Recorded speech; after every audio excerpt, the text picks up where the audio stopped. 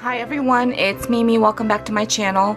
I am super excited to bring you guys day one of my holiday series, which I'm calling Falalalalalidays 2018.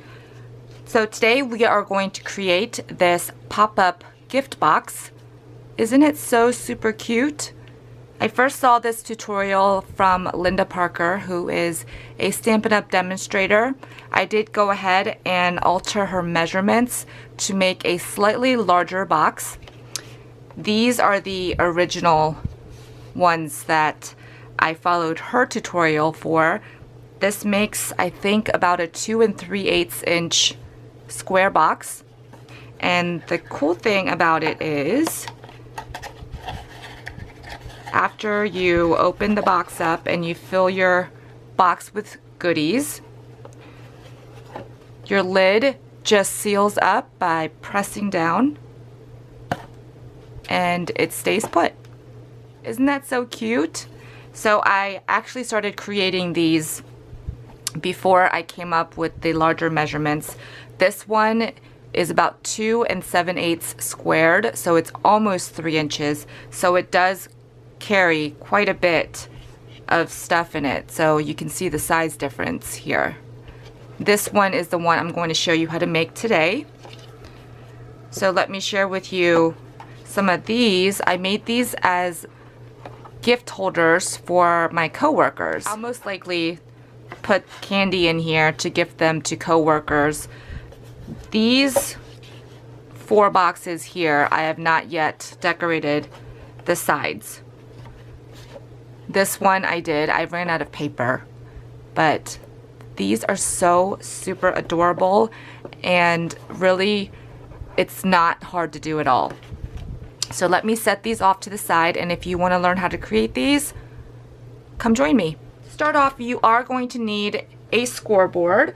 If you do not have a scoreboard, you can always use a ruler and a stylus. First, you will need a piece of cardstock that measures 12 inches by 8 1/4 inches. Then you will need a piece of pattern paper that measures 4 3/8 by 11 1/2. If you do want to decorate the sides, like I've done here, you will need 4 pieces of the pattern paper that you're going to use for the pop-up area. And these are cut to 2 5/8 squared.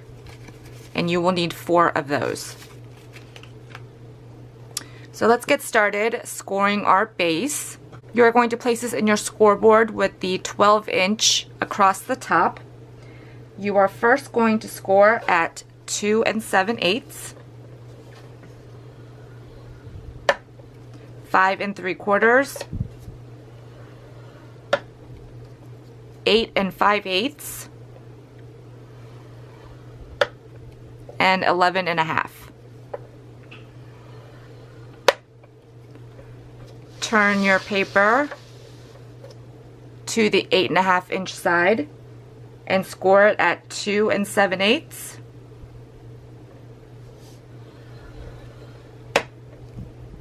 and 5 3/4.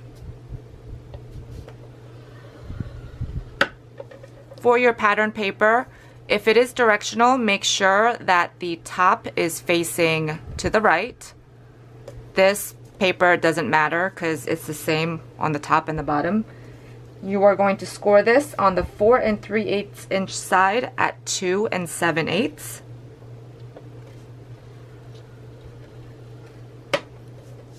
Okay, flip this to the 11 1/2 inch side, and we are going to score at 2 3/4, 5 1/2, 8 1/4, and then at 11. So again, that's 2 3/4, 5 1/2, 8 1/4, and 11. Before we take this out of the scoreboard, we are going to need to create some notches. You can either do it with your bone folder, or I'm going to take a pencil.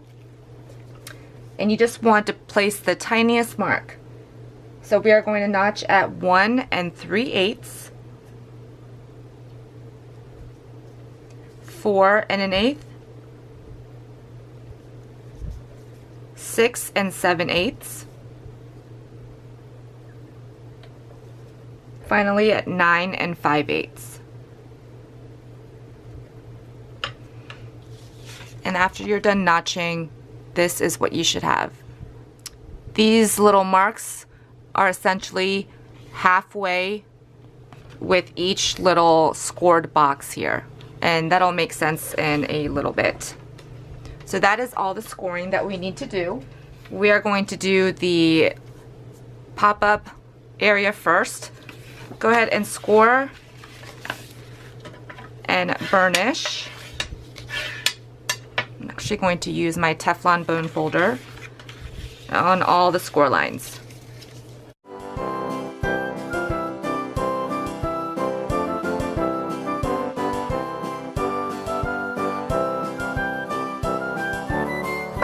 Okay, so should have something that looks like this. I know it's difficult to see with pattern paper. I did actually go ahead and sketch out a template to show you. So we would need a straight edge, so a ruler, and your bone folder or a stylus.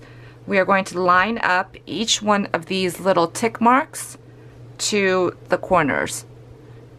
So you will have 2 for each of these rectangles, like that. I like to go in one direction at a time, so I will line this up to that edge and place a score line, and that's what it should look like. Now go ahead and do that to all the remaining ones going this way, and then we will go back the other way to finish off the triangles.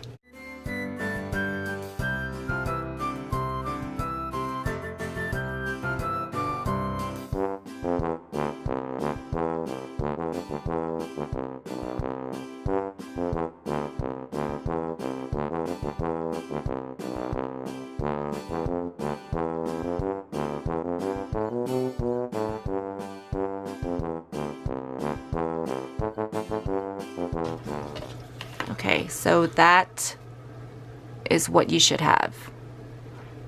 And I don't know if you guys can see that clearly. You can go ahead and erase your little tick marks.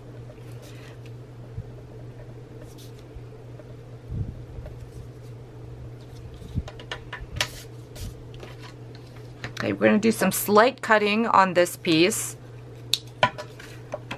You just want to cut a little notch just to get rid of some of the bulk, just like that. Okay, so let's go ahead and fold on these diagonal lines. You really don't want to use your bone folder at this point because I've actually had a lot of my pattern paper tear. You just need it folded enough so that it stays.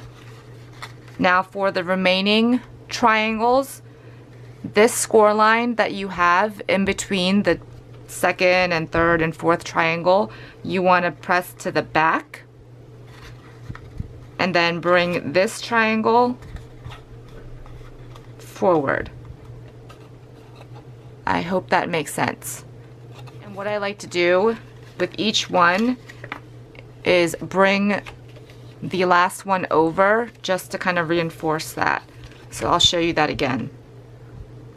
So we folded down this one and this one, bring this score line to the back, and then bring this score line forward. And then I can close it on itself and make sure that's creased. And then we are going to continue that with the other diagonal lines.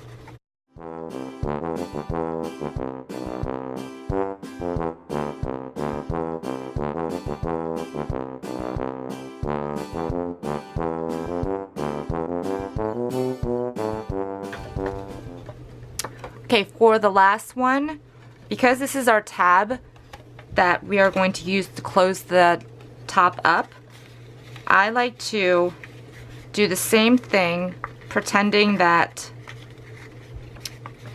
there is another set of triangles here.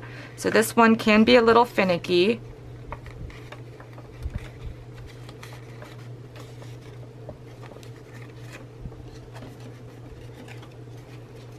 And then whenever this meets up, I kind of push that little triangle to meet that one. And this will make the box coming together a little bit easier. Now go ahead and place some adhesive on this little 1/2-inch tab. You can use sticky tape or you can use wet glue. I'm going to go ahead and use wet glue since I have it out in front of me.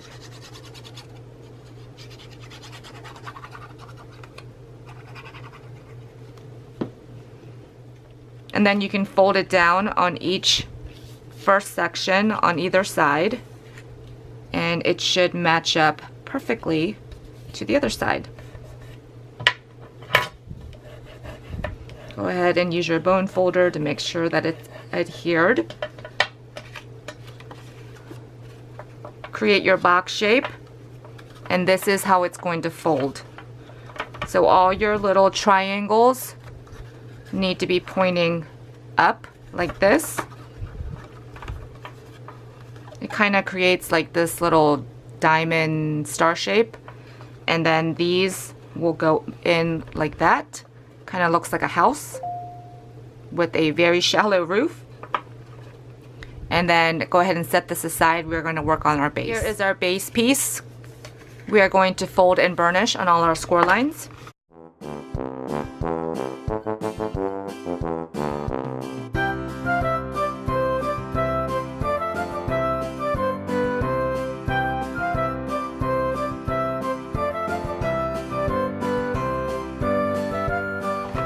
Okay, you want to have your cardstock so the 1/2-inch strip is on the right side. Just like the pattern paper, I did make a little template so you guys can see. You basically want to cut away at any of the areas that you see that are silver. So we will get rid of this and this. And it gets a little bit trickier down here, but I will share with you how to do that. So if you want to take a screenshot of that, it'll show you where you need to cut. I do recommend a pair of long scissors for this. Okay, so let's first start on this tab. So on this bottom rectangle, you're going to notch in, just like that. And then notch in to this 1/2-inch tab. So that is what you should be removing. Go ahead and do the same thing for this side.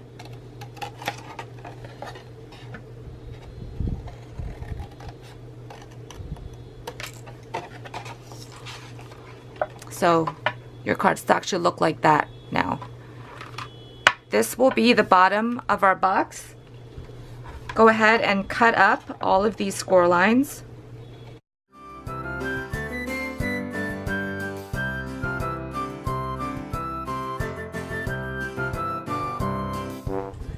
And the ones that we're going to notch into is going to be this first one and the second one.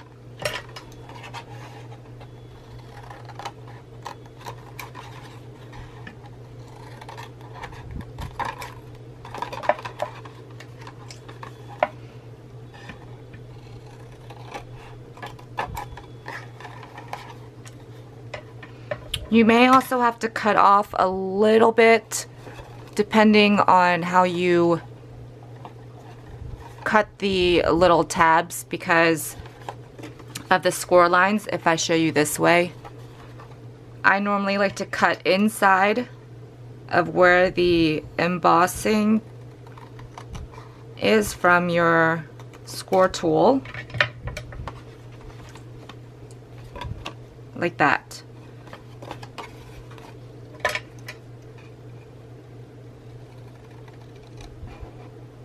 That way you won't have any of the cardstock hanging over when you close up the box. Okay, so that is what it should look like.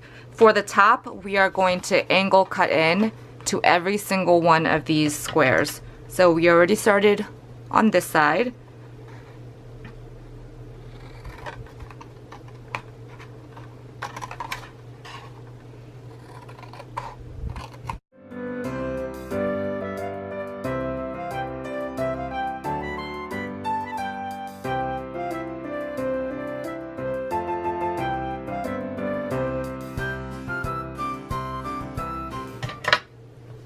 Okay, so here is our base all cut out. Okay, to close this up, we are going to put adhesive on this 1/2 inch flap. Go ahead and fold it over.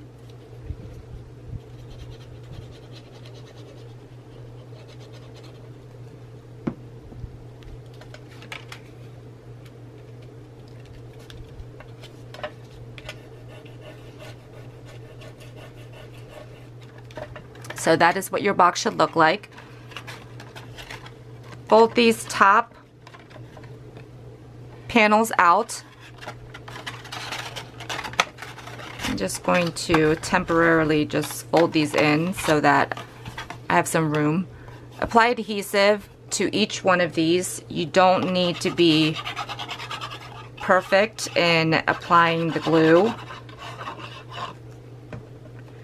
And we're just going to tuck these in, and this creates the reinforced wall.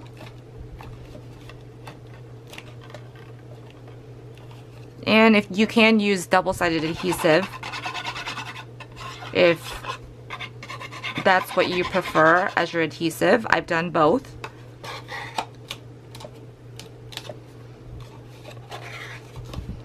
Remember, with wet adhesive, it does take a little bit longer to dry.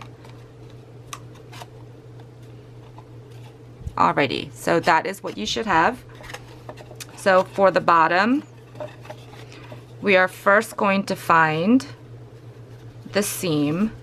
So here is where we closed it up. This will be the back of your box. You want to fold the two sides that we cut into in.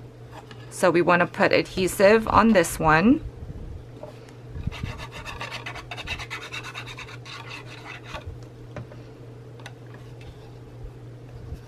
And lay that down. You can flip it over and use your bone folder.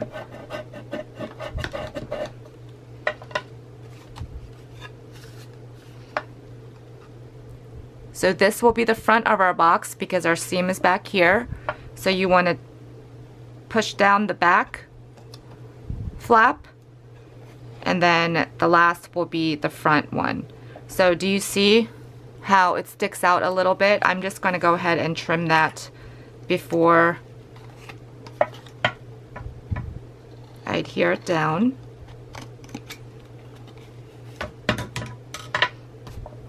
I think this side needs to be trimmed a little bit. And really, this is the bottom of the box. Nobody's going to see it. So again, here's the back seam. We're going to put adhesive on the back flap. Adhere that down. And lastly,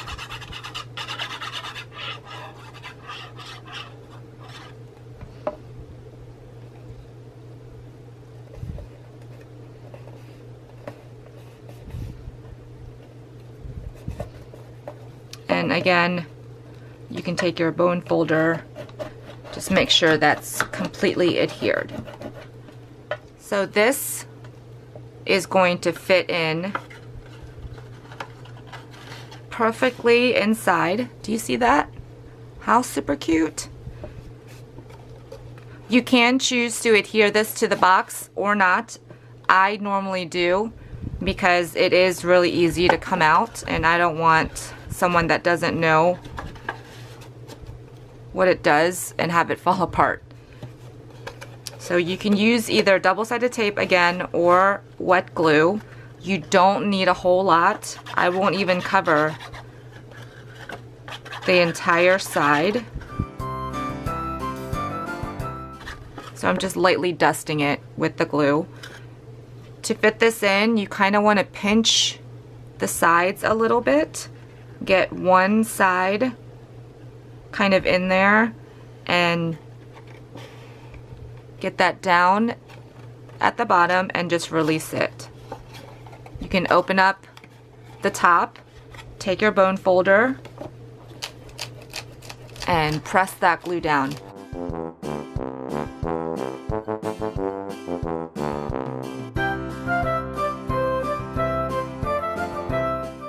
Alrighty, so that is the completed box. All you need to do now is fill it up,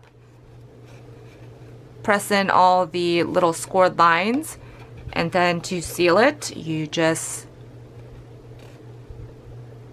press the middle. Isn't that super cute? Now, if you do want to decorate the four sides, like I said, these pattern paper pieces measure 2 5/8 squared. So you would just adhere it with just a little bit of the white border of the box showing on each of these four sides, like I did for this one. And then I just took a little bit of my ribbon and just tied it around to just kind of jazz it up a little bit. But you can do anything you want on the front. You can put a sentiment on here. The sky's the limit. So I hope you guys enjoyed this tutorial for day 1 of my Falalalalalidays 2018.